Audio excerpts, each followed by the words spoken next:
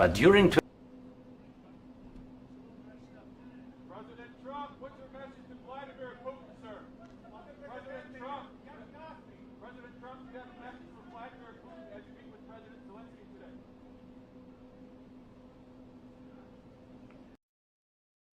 Why don't you wear a suit? Why don't you wear a suit? You're the highest level in this country's office, and you refuse to wear a suit. Just want to see if do you own a suit? Yeah, you have problems. A lot of Americans have problems with you not Really? respecting. I don't the have authority of such. this office. I will wear a costume after this war will finish. Okay. Yes, maybe one, Maybe something maybe like this. something like Yes, yours. sir. Yes, That'd be great. maybe something better.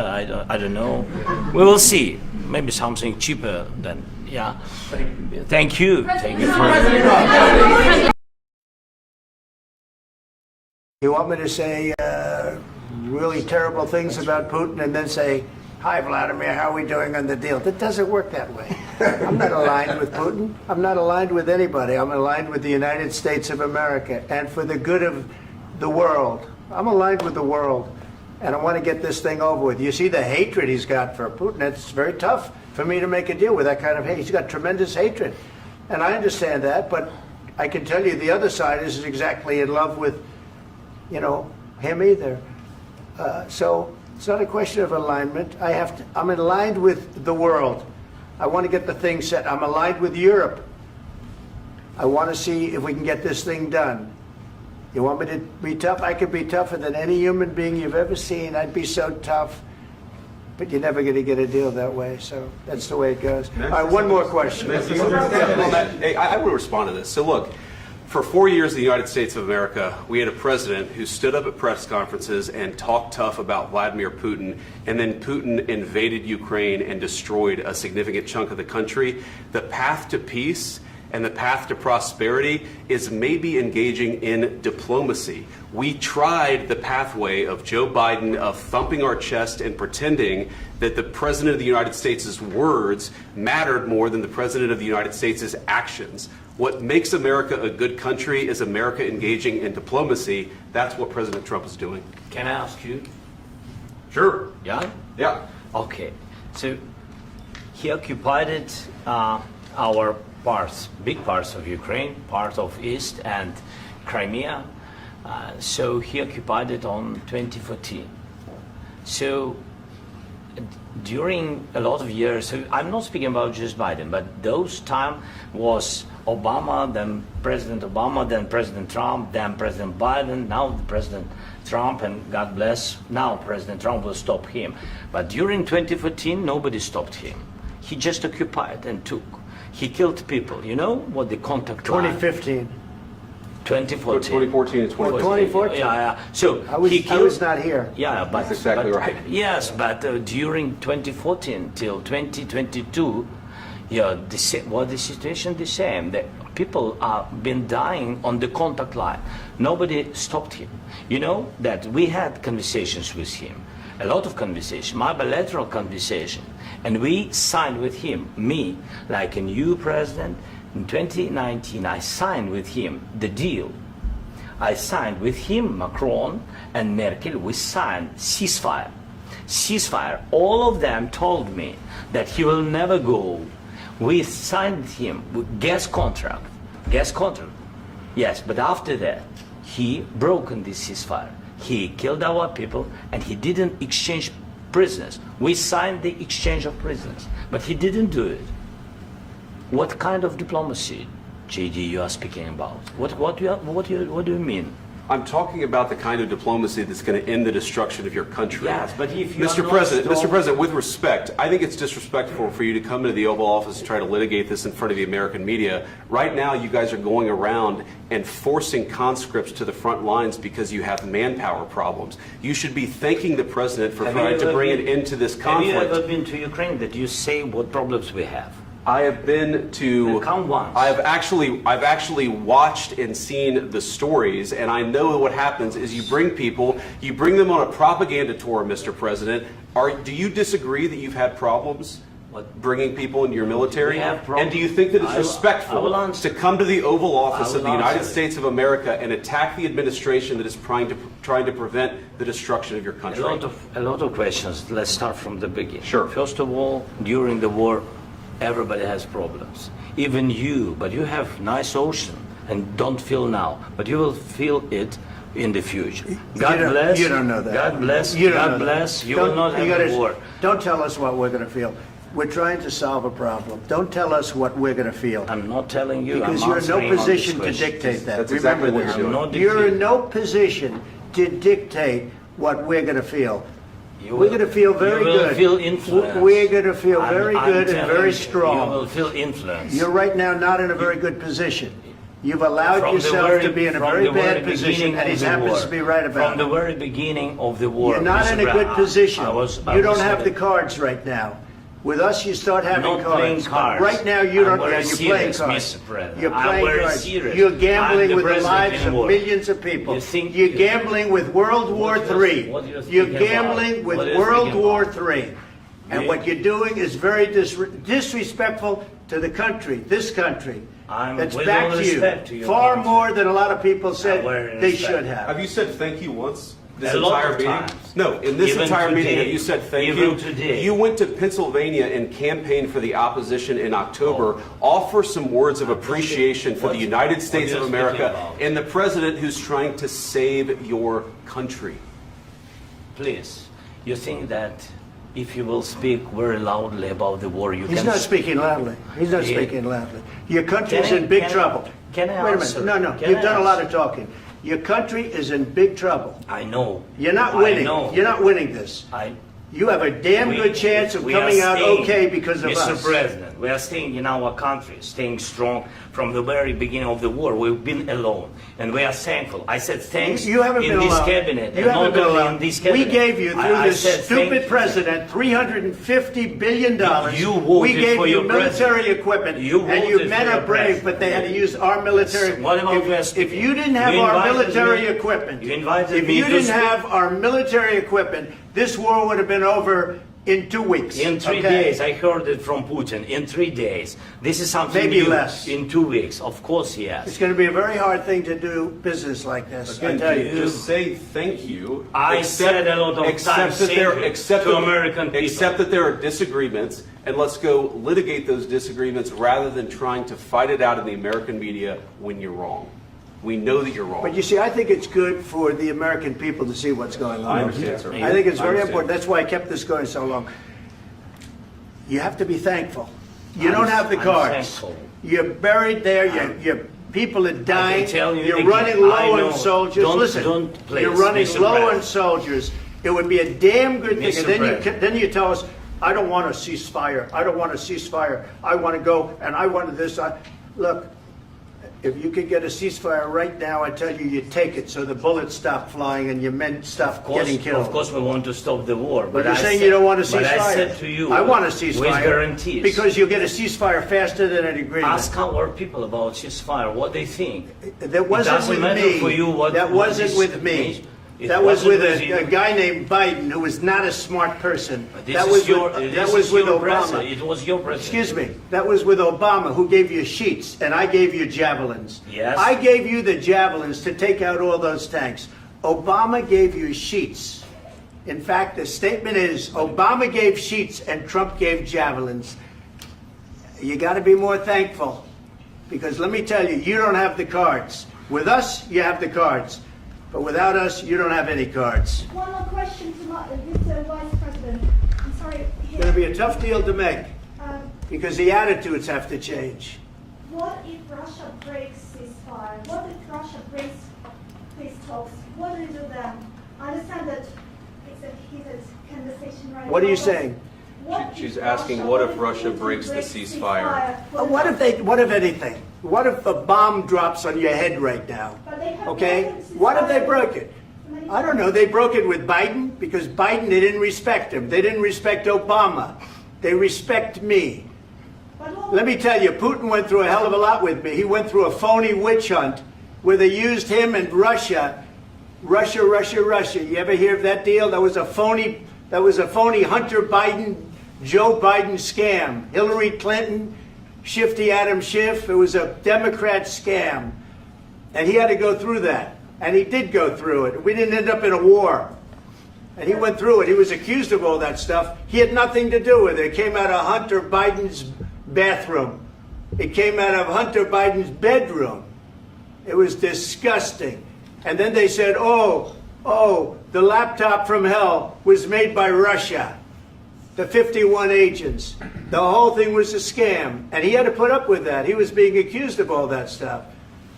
All I can say is this. He might have broken deals with Obama and Bush, and he might have broken them with Biden. He did, maybe. Maybe he didn't. I don't know what happened. But he didn't break them with me. He wants to make a deal. I don't know if you can make a deal. The problem is, I've empowered you to be a tough guy. And I don't think you'd be a tough guy without the United States. And your people are very brave. But you're either going to make a deal or we're out. And if we're out, you'll fight it out. I don't think it's going to be pretty, but you'll fight it out. But you don't have the cards. But once we sign that deal, you're in a much better position. But you're not acting at all thankful. And that's not a nice thing. I'll be honest, that's not a nice thing. All right, I think we've seen enough. What do you think? Huh? This is going to be great television, I will say that. All right. We'll see what we can do about putting it together. Thanks. And I need the back of this. We'll see. I don't know. All right, guys, come on. Wait, hey,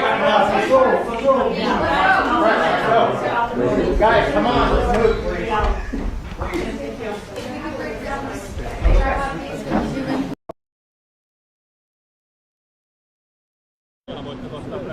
Mr. President, Mr. Rubio, Mr. President, can you tell us what happened? Is the deal off? President Zelensky, can you tell us what happened?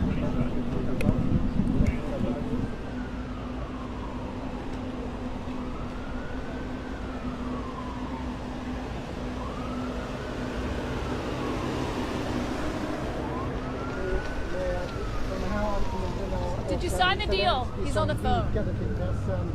Och i telefon när han lämnade Vita huset så avslutas det här besöket abrupt efter bara några timmar utan generalavtal.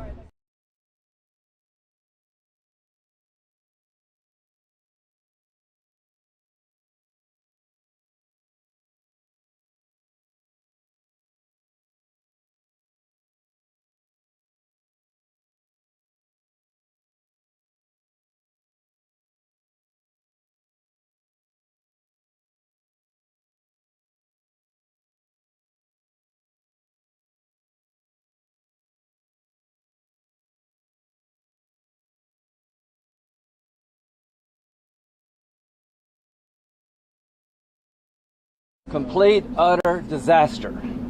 I've been to Ukraine 8 or 9 times since the war started. I understand the consequences of Putin's actions against Ukraine. I appreciate what the Ukrainian people have done. They fought like tigers. At the end of the day, I was hoping that this minerals deal, which would be transformative in the relationship, would go over well. I talked to Zelensky this morning. Don't take the bait. President Trump was in a very good mood last night. Somebody asked me, am I embarrassed about Trump? I have never been more proud of the president. I was very proud of J.D. Vance, standing up for our country. We want to be helpful. What I saw in the Oval Office was disrespectful, and I don't know if we can ever do business with Zelensky again. I think most Americans saw a guy that they would not want to go in business with. The way he handled the meeting, the way he confronted the president was just over the top. So I think the relationship between Ukraine and America is important, vitally important. But can Zelensky do a deal with the United States? After what I saw, I don't know. What would he need to do, sir? 3 questions. Senator Graham. You spent months with President Trump. What did he say to you about his interactions and whether he thinks he was shocked? He was very upbeat. I told Zelensky, we'll talk about security guarantees. We'll talk about ceasefires and how the war ends. This is a process. You have a new relationship with America, a $500 billion, half a $1 trillion deal that President Trump is proud of, that gives us an interest worth defending. Let's talk about the positive. But he was terrible at Munich, Zelensky, and I think he has made it almost impossible to sell to the American people that he's a good investment, that he is a good business partner. You calling for Last question. Senator Graham. Hey, one at a time. One at a time. Christian Daytop. Senator Graham, thank you. Do you think President Zelensky needs to resign to resume these peace talks? He either needs to resign and send somebody over that we can do business with, or he needs to change. Do you Thank you.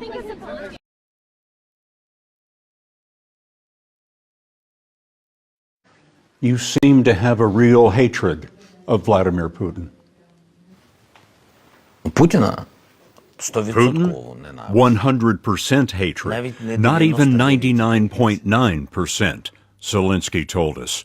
Though this doesn't mean we shouldn't work to end the war as soon as possible and transition to diplomacy. But how else can you see a person who came here and murdered our people, murdered children? We're inside a school bomb shelter right now, the bomb shelter of a school.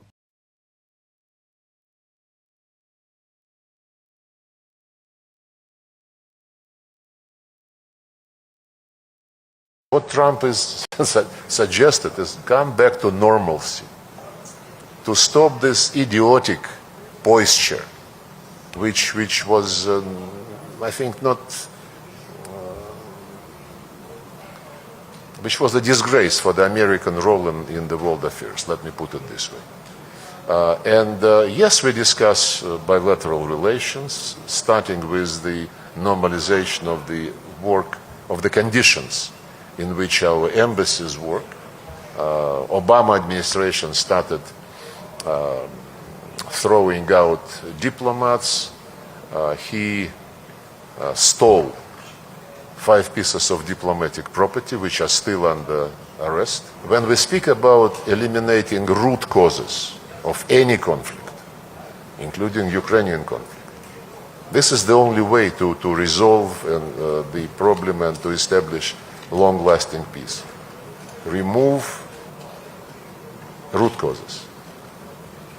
President Trump was the first and so far, I think, almost the only one among the Western leaders who repeatedly, with conviction, several times stated that it was a huge mistake to pull Ukraine into NATO. And this is one of the root causes which we quoted so many times.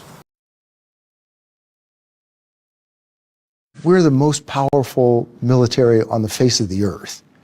And yet, drones could fly over a major Air Force base, and we couldn't stop them? How is that possible? Well, I think the threat got ahead of our ability to detect and track the threat. I think all eyes were rightfully overseas, where UAVs were being used in one-way attack to attack U.S. and coalition service members. And the threat in the U.S. probably caught us by surprise a little bit. As it stands today, could you detect a swarm of drones flying over or flying into the airspace at Langley? Could you detect that today? At low altitude, probably not with your standard FAA or surveillance radars. Complicating his efforts? Bureaucracy. When the drones flew outside the perimeter of Langley Air Force Base, other agencies had jurisdiction. The Coast Guard, FAA, FBI, and local police. There was no one agency in charge.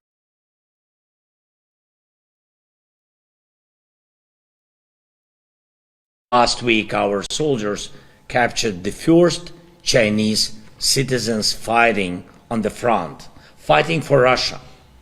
As of now, we have information that at least several hundred Chinese nationals are fighting as part of Russia's occupation forces. This means Russia is clearly trying to prolong the war, even by using Chinese lives. Putin was not satisfied with soldiers from North Korea. Now he's trying to cover his shortages by pulling in yet another nation, the Chinese. How long can he keep doing this? We must work together to make such questions not about Moscow's choices, but about our joint pressure on Moscow, because that's the only way it will work.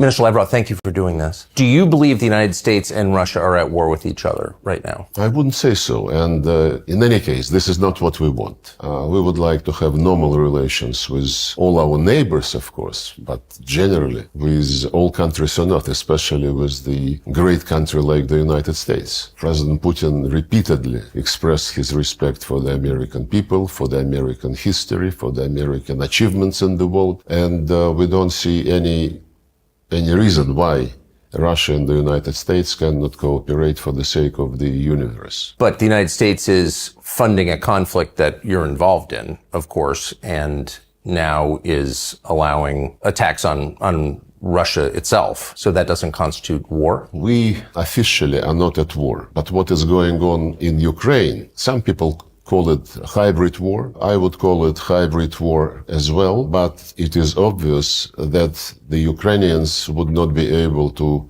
do what they're doing with long-range modern weapons without direct participation of the American servicemen.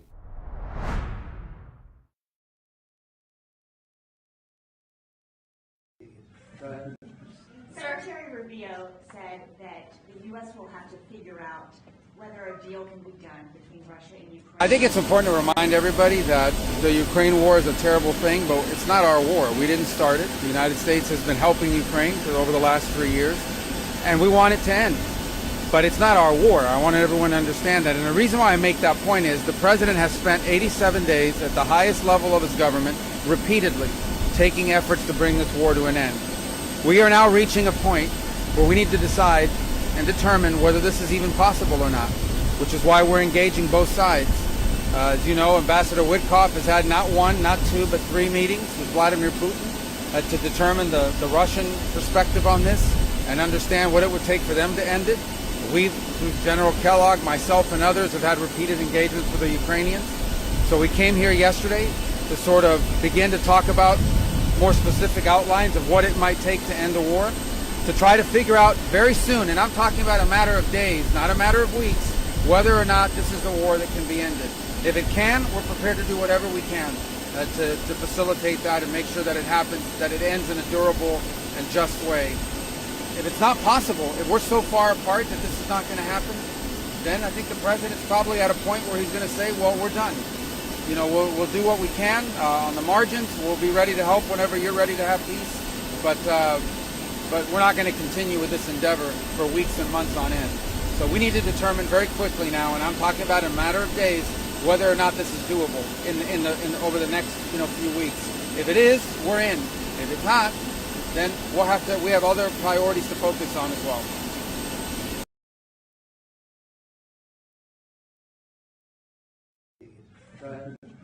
Secretary Rubio said that the U.S. will have to figure out whether a deal can be done between Russia and Ukraine in a matter of days, or you will just move on. Yeah, very short. How many days is that? No specific number of days, but quickly.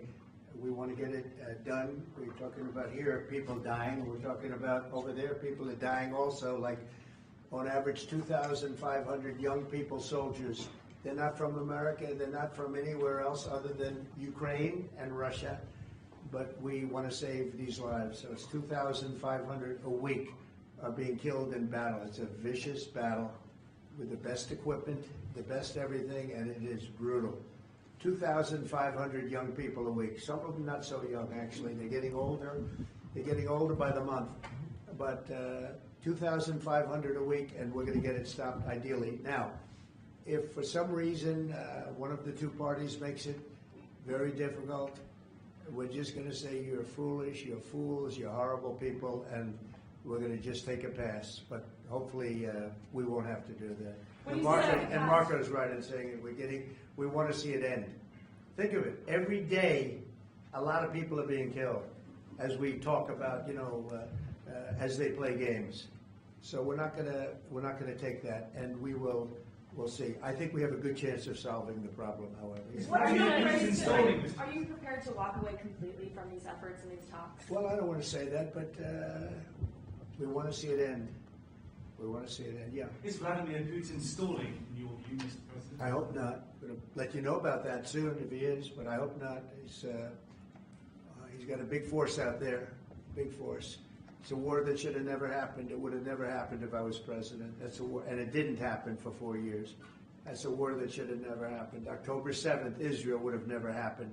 Iran was broke, and now we'll see what happens with Iran. We have a lot of them out there. We have a lot of things that we're working on right now that shouldn't have happened. None of it. Ukraine would have never happened with Russia. October 7th would have never happened, so you wouldn't have had all the problems in the Middle East. The Afghanistan embarrassment, probably the most embarrassing day in the history of our country, would have never happened.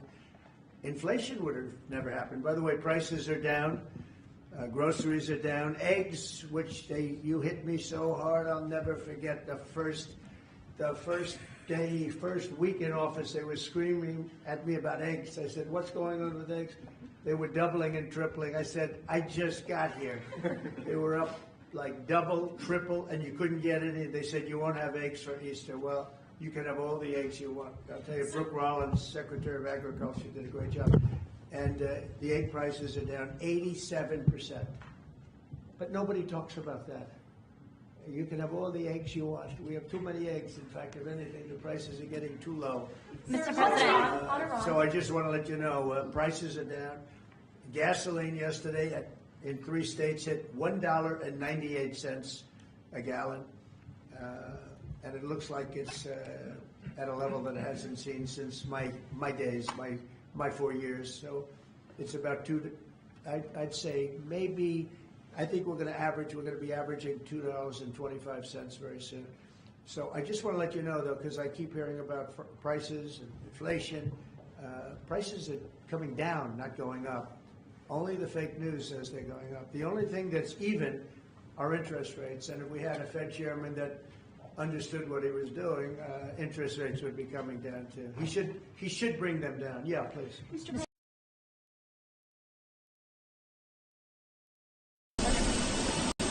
I think it's important to remind everybody that the Ukraine war is a terrible thing, but it's not our war. We didn't start it. The United States has been helping Ukraine for over the last 3 years, and we want it to end.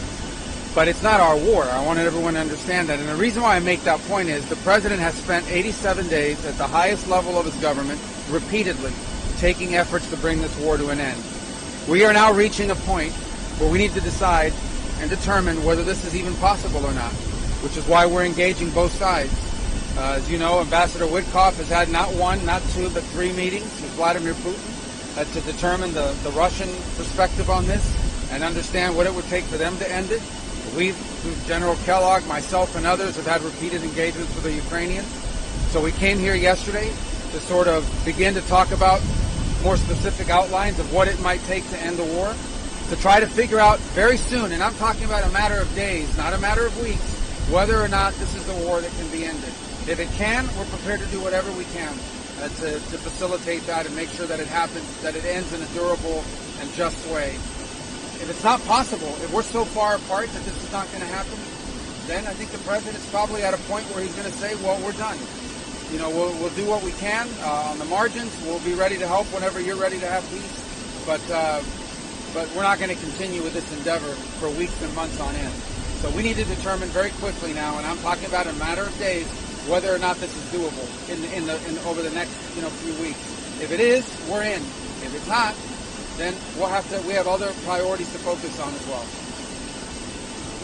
Mr. Secretary, Michael Gordon, Wall Street Journal. The State Department said yesterday that a framework had been presented to all sides, to the Ukrainians, to the European officials, and to the Russians, What does the framework say? What issues does it Well, I'm not resolve? going to tell you what the framework says, because when you start negotiating these things through the media and so forth, they fall apart.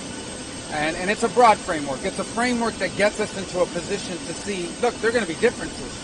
There's no one saying it's going to be done in 12 hours, but we want to see how far apart it is and whether those differences can even be narrowed, if it's even possible to get movement within the period of time we have in mind. So we've talked about outlines of both sides. I thought we had positive meetings yesterday. Obviously, the Ukrainians have to go back home. They have to run it by their president. They have to take into account, their views on all of this, and we hope to hear back from them very soon. But we need to figure out here now, within a matter of days, whether this is doable in the short term. Because if it's not, then I think we're just going to move on from our perspective. The president feels very strongly about that. He has dedicated a lot of time and energy to this, and there are a lot of things going on in the world right now that we need to be focused on. So this is important, but there are a lot of other really important things going on that deserve just as much, if not more, attention. So we want to do everything we can to be helpful. We had a good meeting yesterday. I thought the French, the British, the Germans were very constructive, were very helpful. We thank them for hosting this, and hopefully we'll have another meeting early next week at some point where we'll have some more definitive answers about how close we are to actually making progress. But this isn't going to go on forever. Mr. Secretary, we also know, I don't know, in your conversations yesterday with the Europeans and the Ukrainians, I'm sure you spoke about security guarantees for Ukraine in case of a ceasefire. Could you give us a sense of what that could look like, and is the U.S. ready to back up any eventual European reassurance force for Ukraine? Well, that gets into a level of specifics that we're not ready to discuss publicly yet. Obviously, the term security guarantees came up because they come up in every meeting. We've heard about it. And it's not an illegitimate desire. Every sovereign nation on earth has a right to defend itself. Ukraine will have a right to defend itself and to enter into whatever agreements it wants to enter into on a bilateral basis with different countries and so forth. So, I mean, it was discussed, but and that'll have to be part of any sort of conversation. Ukraine, in order for there to be peace, we recognize that Ukraine has to feel like it has the ability to defend itself from a future attack from anyone. Every country in the world has that right. But, so I think everyone recognizes that Ukraine's ability to defend itself is going to be a part, it's its right as a country, and will be a part of any agreement. But we're not working yet on that level of specificity. I think that's something we can fix and solve in a way that's acceptable to everyone. I think we have bigger challenges that we need to figure out whether it's even possible within the short term. I can tell you this war has no military solution to it. It really doesn't. It's not going to be decided with, neither side has some strategic capability to end this war quickly. And so what we're talking about here is avoiding thousands and thousands of people from dying over the next year. We're trying to avoid that. We saw what happened last weekend with a missile strike in Sunni, where people died on Palm Sunday. We're just going to see more like that on both sides. We're going to see more of that. We're trying to prevent it. But we're not going to continue to fly all over the world and do meeting after meeting after meeting if no progress is being made. So if they're serious about peace, either side or both, we want to help. If it's not going to happen, then we're just going to move on. We're going to move on to other topics that are equally, if not more important in some ways, to the United States. Is this process involving the Europeans going to be the process going forward now for Ukraine talks? And who from the U.S. Team will be attending talks in London next week? Well, it depends what the talks will be about next week. As I said, if it's just going to be a meeting to have another meeting, we'll figure that out whether it'll happen. My hoping is that it's a meeting where we're going to get more specificity. So we're going to work through that. We don't even have a date set. It'll be early next week. Obviously, there's a holiday weekend, so people have to move around and get to their places and get back. But having another meeting somewhere in Europe is not going to be a problem. And we can make that happen and have the right people there. I'm willing to come myself if the meeting is going to be productive. But I can, what was the first part of your question again? And is this going to be the process going forward? Well, look, we've always worked through that. I mean, we've talked to our allies consistently. I myself have had multiple engagements with not the Germans, the French, the Brits, but also the Italians have been at some of these meetings as well in the past. So we've had these conversations with them before. So they offered to host us here today, yesterday. And I think they were very helpful, very constructive. We'd like them to remain engaged. I think they can help us.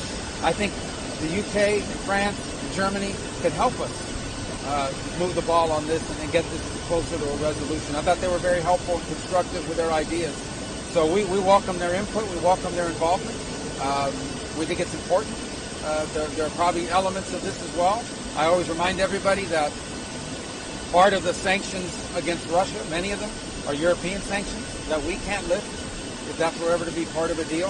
So they're going to have to be involved no matter what. It's their continent. This is happening on the continent of Europe, and so obviously European powers will care deeply about what happens. So they have a stake in this, and we recognize it. And they, but in the end, I think we all want the same thing. I think from the U.S. perspective, we've spent 3 years, billions of dollars, supporting the Ukrainian side, and but now we've reached the point where we have other things we have to focus on. We're prepared to be engaged in this as long as it takes, but not indefinitely, not without progress. If this is not possible, we're going to need to move on. I think the president feels strongly that we've dedicated a tremendous. We've done more in 80 days than Biden ever did to bring this war to an end. So we've dedicated almost the entirety of the president's first 100 days in office at the highest levels possible to trying to achieve a peace here. And if it's going to happen, we want to help. But if it's not going to happen, we need to know now because we have other things we have to deal with. This is Secretary James from Fox News. In terms of your discussions with Foreign Minister Lavrov yesterday, what gave you the indication that he's also willing to move forward, given they hadn't accepted the framework of the ceasefire already, in terms of now in the discussion, why you feel they'll be... Well, look, I spoke to Minister Lavrov yesterday because when we have these kinds of meetings, it's important for you to communicate to the other side. Otherwise, they don't know what happened. Now they're relying on rumors or whatever's out there. So I spoke to him very directly. I said, we had a meeting today with the Ukrainians. We proposed an outline. We didn't go into specificity about it, but I think he has an understanding of some of the elements of it. I'm sure he does. I said we thought it was constructive. We thought it was positive. There was nobody rejected anything. Nobody got up from the table and walked away. They're going to go back to their capital, spend a few days mulling over it, come back to us early next week. And also wanted them to know that the French and the British and the Germans were very constructive and helpful. That was the gist of the conversation. And I think it's important when you're dealing with things like this, especially with the Russians, who we just haven't communicated with for 3.5 years. I think it's important that that communication happen. And likewise, when we've had meetings with Russians in the past, or when where Ambassador Witkoff has traveled to meet with Putin, we've informed the Ukrainian side of what happened, so that we don't have a breakdown in trust and things of that nature. Quick follow-up, just on Iran really quick. Was there any discussion yesterday with your European counterparts on any of the Iran negotiations? Are they also sharing the president's vision of Iran cannot have a nuclear weapon? Well, for the Europeans, they have an important decision to make very soon on snapback. On the snapback of sanctions, because Iran is clearly out of compliance with the current deal.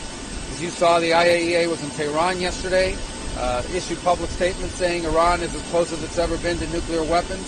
The president's made clear Iran will not have a nuclear weapon. That is not going to happen.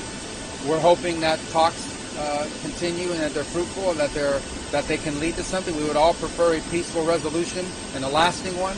It has to be something that actually not just prevents Iran from having a nuclear weapon now, but in the future as well, not just for 10 years with some sort of sunset provision or the like.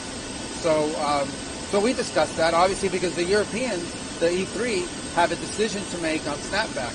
Because I believe we should all anticipate, based on the public comments yesterday, that they're about to get a report from the IAEA that says not just is Iran out of compliance, but Iran is dangerously close to a weapon, closer than they've ever been.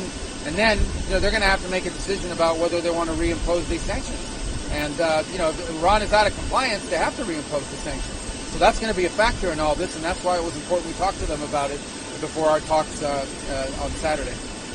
All right? Thank you, guys. Thank you.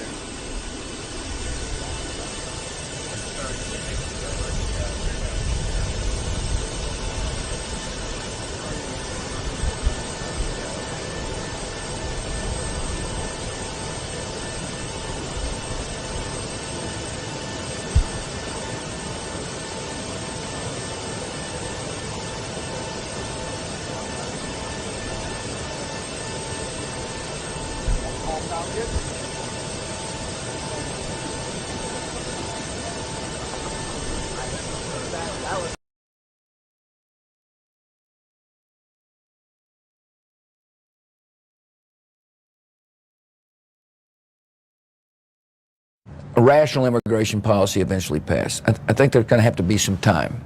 What's interesting about our country, if you study history, is that there are some isms that occasionally pop up. One is isolationism, and its evil twin protectionism, and its evil triplet nativism. So if you study the 20s, for example, there was an American First policy that said, who cares what happens in Europe?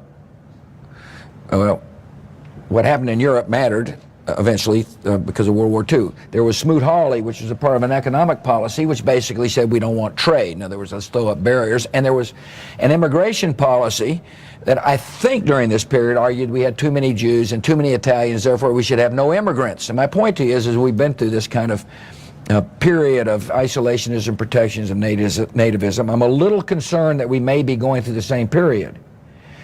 I hope that these isms pass, which would then allow for a more orderly look at immigration, a rational immigration.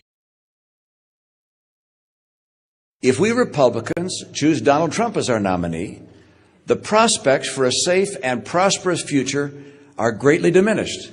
Let me explain why I say that. First, on the economy. If Donald Trump's plans were ever implemented, the country would sink into prolonged recession. A few examples.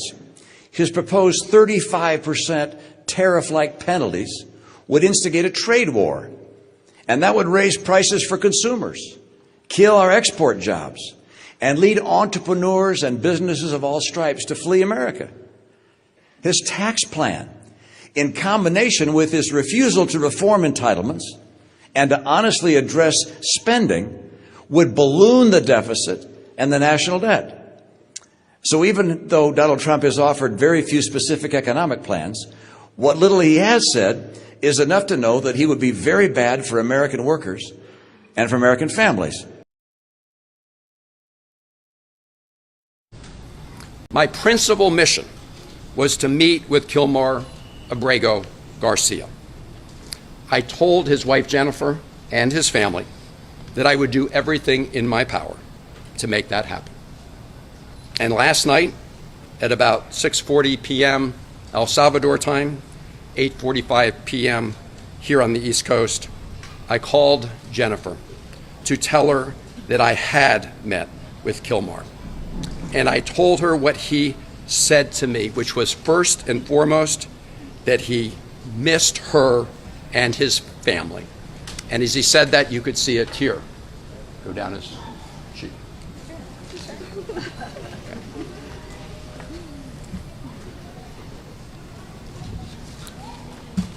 Now, getting a meeting with Kilmar was not easy. On Wednesday, I met with the Vice President of El Salvador and asked if I could meet with him. The answer was no. I asked if I returned the following week whether I could meet with him. The answer was no. I asked if I could call him on the phone. The answer was no. I asked if his wife Jennifer could call him on the phone. The answer was no. No to his wife, no to his mother, no to his lawyers. So the following day, which was yesterday, I decided to give it another try by driving to Sikot. Sikot is the notorious prison where Kilmar was taken when he was abducted. I was accompanied by a lawyer for Kilmar's wife Jennifer and mother Cecilia, Chris Newsom. About 3 kilometers outside of Sikot, we were pulled over by soldiers. You could see the rest of the traffic was allowed to go by. We were pulled over by soldiers and told that we were not allowed to proceed any farther. When I asked why, I was told that they had orders not to allow us to go any further. When I asked them if they knew anything about the condition of Mr. Abrego Garcia, they said no. And so much later in the afternoon, I was actually getting ready to catch a plane out of San Salvador back here later yesterday evening. And all of a sudden, I got word that I would be allowed to meet with Kilmar Abrego Garcia. And they brought him to the hotel where I was staying. And after that meeting, as I said, I called his wife, Jennifer, to report on some of the news of that meeting. And now I'm going to report to all of you about our discussion. When I told him that his wife and family sent their love and were fighting for Kilmar's return home every day, he said that he was worried about all of you. That was his response. How are you dealing with this horrible ordeal and nightmare for the family? He said that thinking of you, members of his family, is what gave him the strength to persevere, to keep going day to day, even under these awful circumstances. He spoke several times about your 5-year-old son who has autism. 5-year-old son who was in the car in Maryland when Kilmar was pulled over by U.S. government agents and handcuffed. His 5-year-old son was in the car at that time. He told me that he was taken to Baltimore first. I assume that was the Baltimore Detention Center. He asked to make a phone call from there to let people know what had happened to him. But he was denied that opportunity. He said he was later taken with some others from Baltimore to a detention center in Texas. And some point thereafter, I don't know whether it was a period of hours or days, he was handcuffed, shackled, and put on a plane along with some others where they couldn't see out of the windows. There was no way to see where they were going in the plane. They didn't know for sure where they were going. They landed in El Salvador, and he was taken to Sikot prison.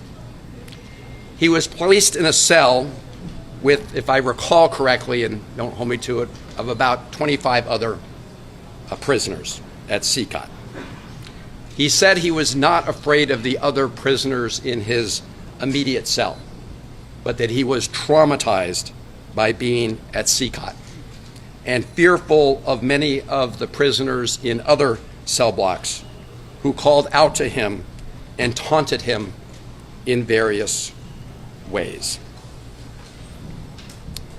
He told me, and this was yesterday, that 8 days ago, so I guess 9 days ago from today, he was moved to another detention center in Santa Ana, where the conditions are better. But he said despite the better conditions, he still has no access to any news from the outside world and no ability to communicate with anybody in the outside world. His conversation with me was the first communication he'd had with anybody outside of prison since he was abducted. He said he felt very sad about being in a prison because he had not committed any crimes. When I asked him what was the one thing he would ask for in addition to his freedom, he said he wanted to talk to his wife, Jennifer.